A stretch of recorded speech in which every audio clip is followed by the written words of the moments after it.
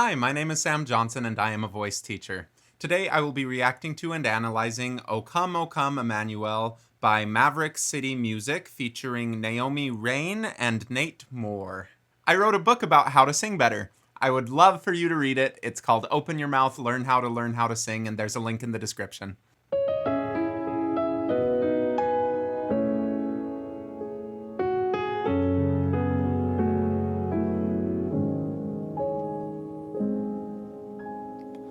O come, Emmanuel, and ransom captive Israel. Good. You kind of had to breathe after Israel. At least it sounded like he had to breathe. Did he breathe there? Vote in the comments. My first watch is like, that sounded like he breathed. He's singing in a pretty breathy way, which means that he's going to use a lot more air, which means he's probably going to have to breathe at different places. I think he's probably a good enough singer that if he wanted to not breathe there, he wouldn't breathe there. So I think whatever that little event was purposeful. His beard looks weird to me, and that was my biggest distraction, which is a totally unfair thing for me to put on someone, and I shouldn't comment on their bodies, but that's the first thing, is that I feel like this man would look better without a beard. That mourns in lonely exile until the Son of God appear. He kind of wiggles his head a lot, which is a thing that I think some people do when they try to look like more intense and more emotional and stuff. Some people also do it to try to get vibrato. I think it's a thing that's just worth noticing if you do that and see if you can not do that. It's a thing that I do a lot when I'm starting to like, not fake emotion, but yeah, when I'm in real performance mode. But sometimes I think it's just not the most appropriate thing. I think it's fine for what he's doing. And again, vocally, the thing that we're actually here for, there's nothing he's doing that I think is like ridiculous, that sounds bad. I think he's got a really nice sounding voice. He's just using so much air. Like that's the only real thing to be aware of, is if you want to sound like this, you're going to use a lot of air and you're probably going to run out of breath. If you don't want to sound breathy and you're using a lot of air, like don't do these things. Rejoice, rejoice, Emmanuel. Okay, he's doing a few things that I don't like on that one, which is partly just a Sam problem, but I think it's a really common thing when people are reading music, especially in like a hymnal or a choir, and there are two syllables of one word, such as rejoice, or Emmanuel, Emmanuel. And so you'll see it like re and then a little dash and then joyce. And I think people will always say rejoice. And I just don't think that's how like most people pronounce that word. Rejoice, Emmanuel. Rejoice. Rejoice, Emmanuel. Rejoice, rejoice. And so I would suggest just pronounce the word rejoice, because that's how I think it's pronounced better. And it sounds weird to my ear for words like that specifically, actually, honestly, just for the word rejoice to be pronounced rejoice. I also think technically it introduces some extra tension in the tongue for a lot of people, and pronouncing an E that tight, rejoice, versus like rejoice, even if we are going towards a real re, which I just don't think is right. Anyway, I think that it can lead to some bad behaviors vocally. Emmanuel. And that's why I think we need to just always speak through our lyrics and see where we would naturally add emphasis. How would we naturally pronounce these words? And if it doesn't feel right and it doesn't sound right when you're just speaking it, then when you go to sing it, like all of those things that just sound a little off, to me, get amplified. I think a lot of people don't point it out for this one because a lot of people don't care. But if you're watching this video, I think there is a chance that you care about voice and weird minutia. And if you like weird minutia of voice, please read my book, Open Your Mouth, Learn How to Sing, available on Amazon, link in the description. Shall come to thee, O Israel.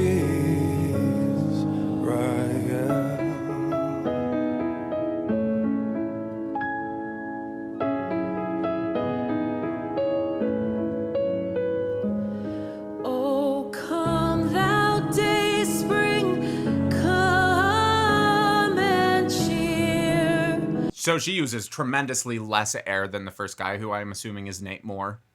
And I am assuming that this is Naomi Raine. Significantly less breath, and she still broke up her phrase in a way that I think is non-conventional.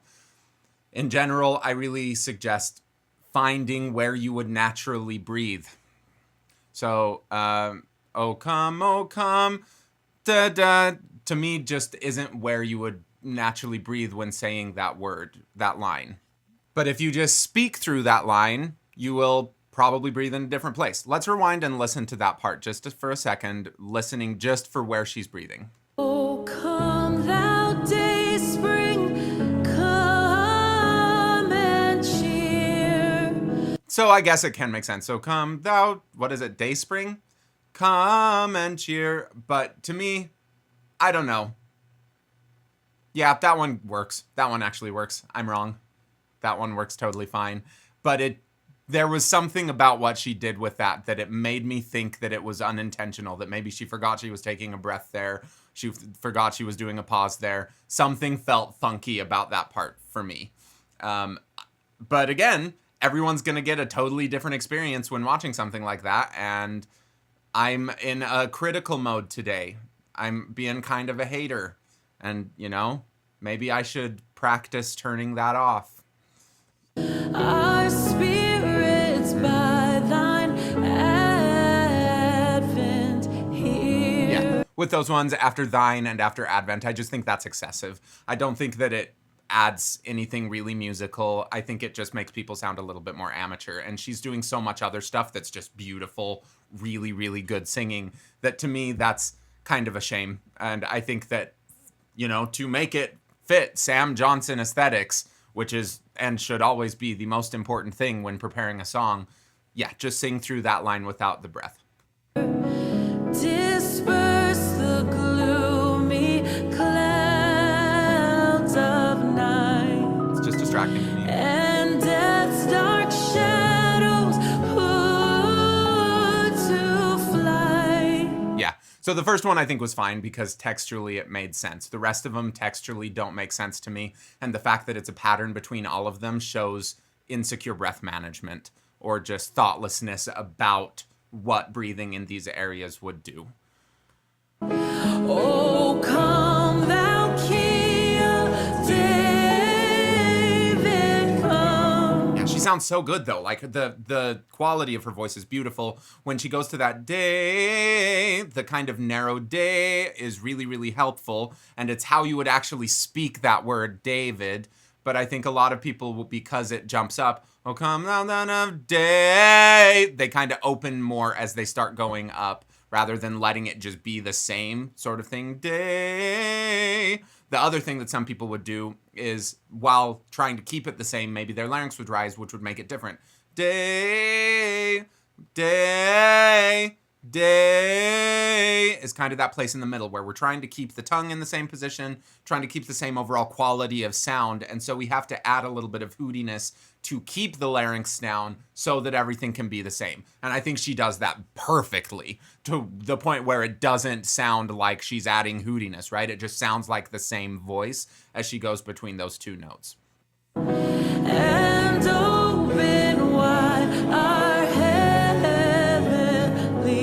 home.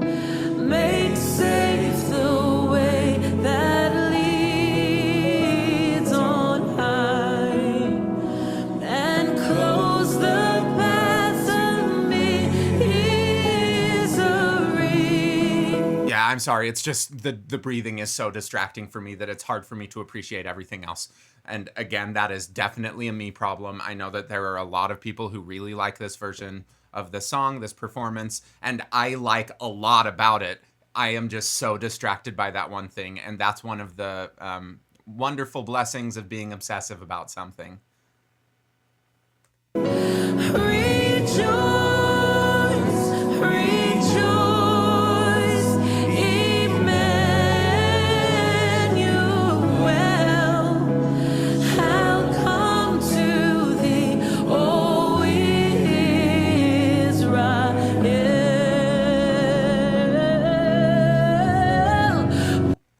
She's really good. Like the quality of her voice, really, really good. If we were doing a voice lesson together, literally all I would focus on is breathing at different places. I know, I get it, Sam, shut up. Yeah, let me know in the comments. Tell me that you get it and that I should shut up, please, because any comments help the algorithm. If you like these videos, please leave a comment. If you hate these videos, please leave a comment. The other thing that I'm noticing, it's quite performative in a way that I encourage a lot of people to be, but I don't know, when everyone is swaying the exact same way, to me it feels like a choreographed thing that is not spontaneous reaction to what you're saying and the need to move the body and stuff. It just feels a little bit off to me. Rejoice, rejoice, Emmanuel shall come to thee, O Israel.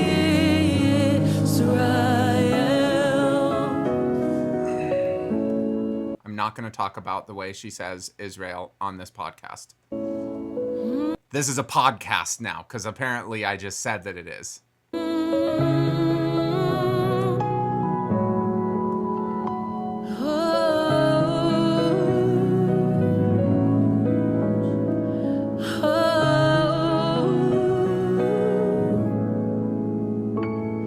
Emmanuel,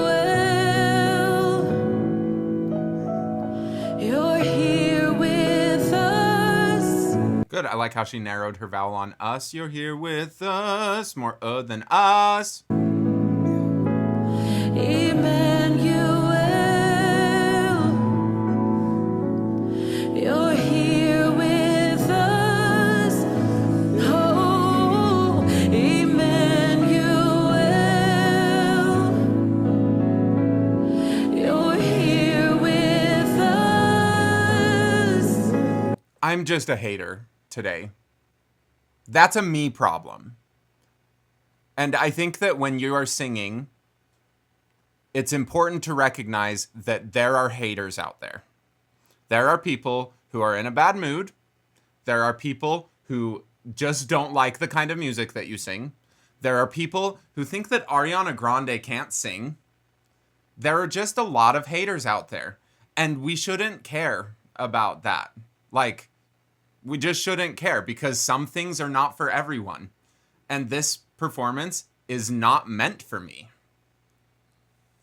I am not the target audience of this performance. I wear silly t-shirts that say, "Give me your mom's credit card" on them, that have little deaths on them. I'm not the audience. So just keep that in mind. When you're making stuff, like, you don't need to care about trying to appease everyone. And if you do, you are going to not make things that are interesting.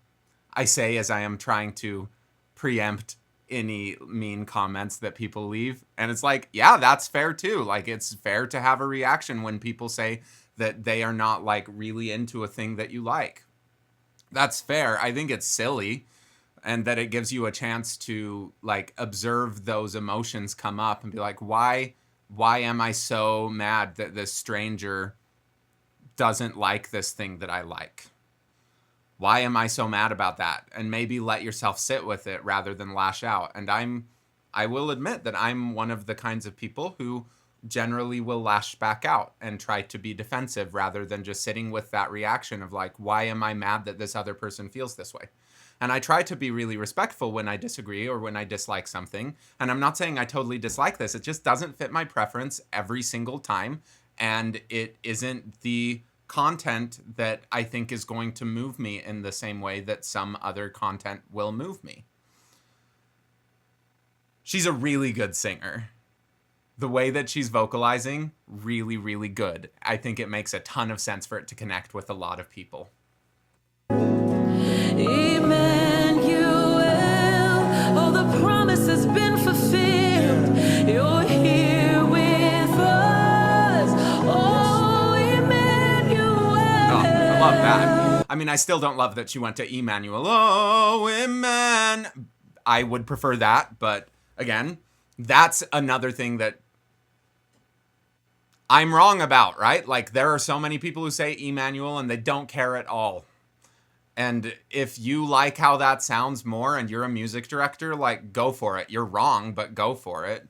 The way that she approached that high note, I thought was perfect. Like, just, she is a very secure vocalist outside of her breathing. You're here with us. You're not coming, you already come. And we await the day when you return. I love how she said, await the day. And all of those vowels sounded like they were sisters.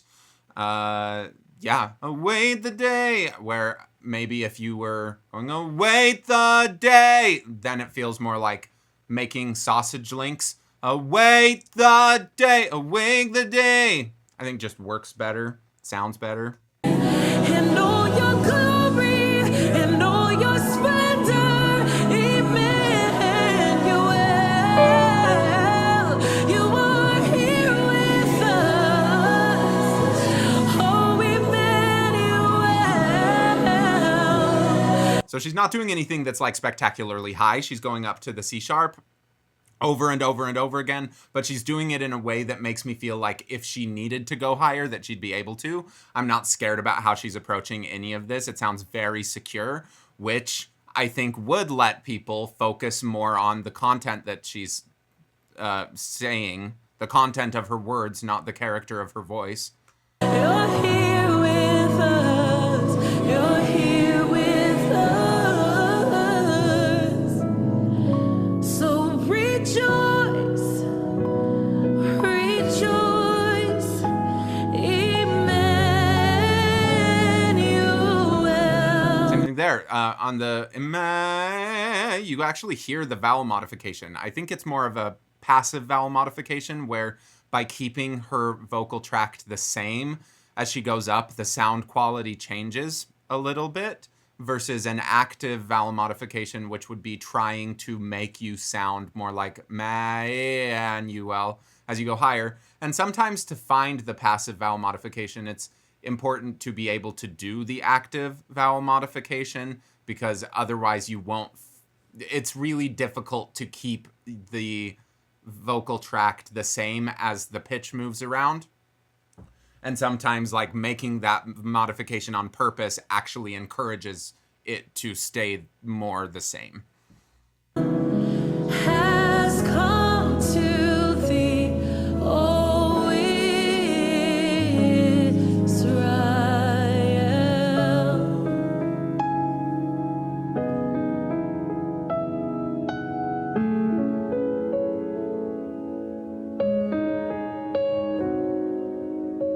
I like the arrangement. It's not for me.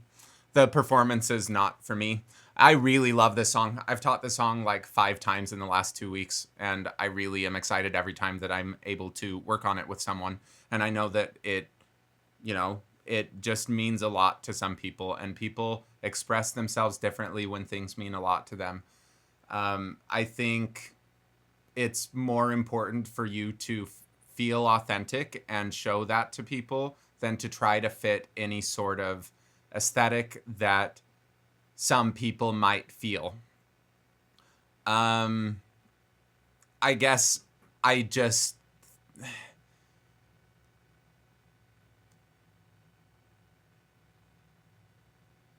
it just felt a little performative to me rather than coming directly from this place of like, I am feeling these things. I am feeling whatever they're feeling. And as a reaction, maybe I'm not going to comment on this anymore.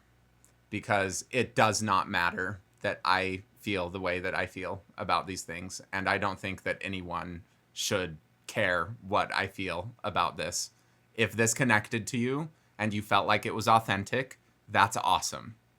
If it didn't connect with you and you felt like it was inauthentic and you were distracted by some other things, then join the club, I guess, of me. But I don't like that I have that kind of reaction.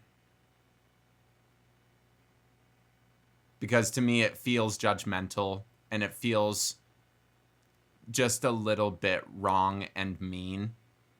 But it is what my reaction was. And I think that it's maybe important to be able to hold space for things that are wrong or mean, and then be able to recognize it of like, okay, I shouldn't like follow through on what I'm feeling right now. Maybe my reaction to something is that I really don't like it. How can I moderate my speech in a way that comes across as still respectful while being clear about not liking a thing? Is it important to say that I don't like a thing? I feel like with this format, with making reaction videos, I have a responsibility to say some of that stuff, and an audience that trusts that I'm not going to pull punches and that I'm not going to lie, but that also probably appreciates disagreeing with something without being mean. And that's what I hope that I am doing successfully, but I know that I'm not always successful at that. And if I was mean, then I apologize for that. I think musically, in this performance, everyone is doing some things really, really well. And there are some other things that I think that if they experimented with, they would be able to do more with their voices. Merry Christmas. Thank you for watching. Please like, subscribe, leave a comment below, and go check out my book. Open your mouth, learn how to sing. Thank you.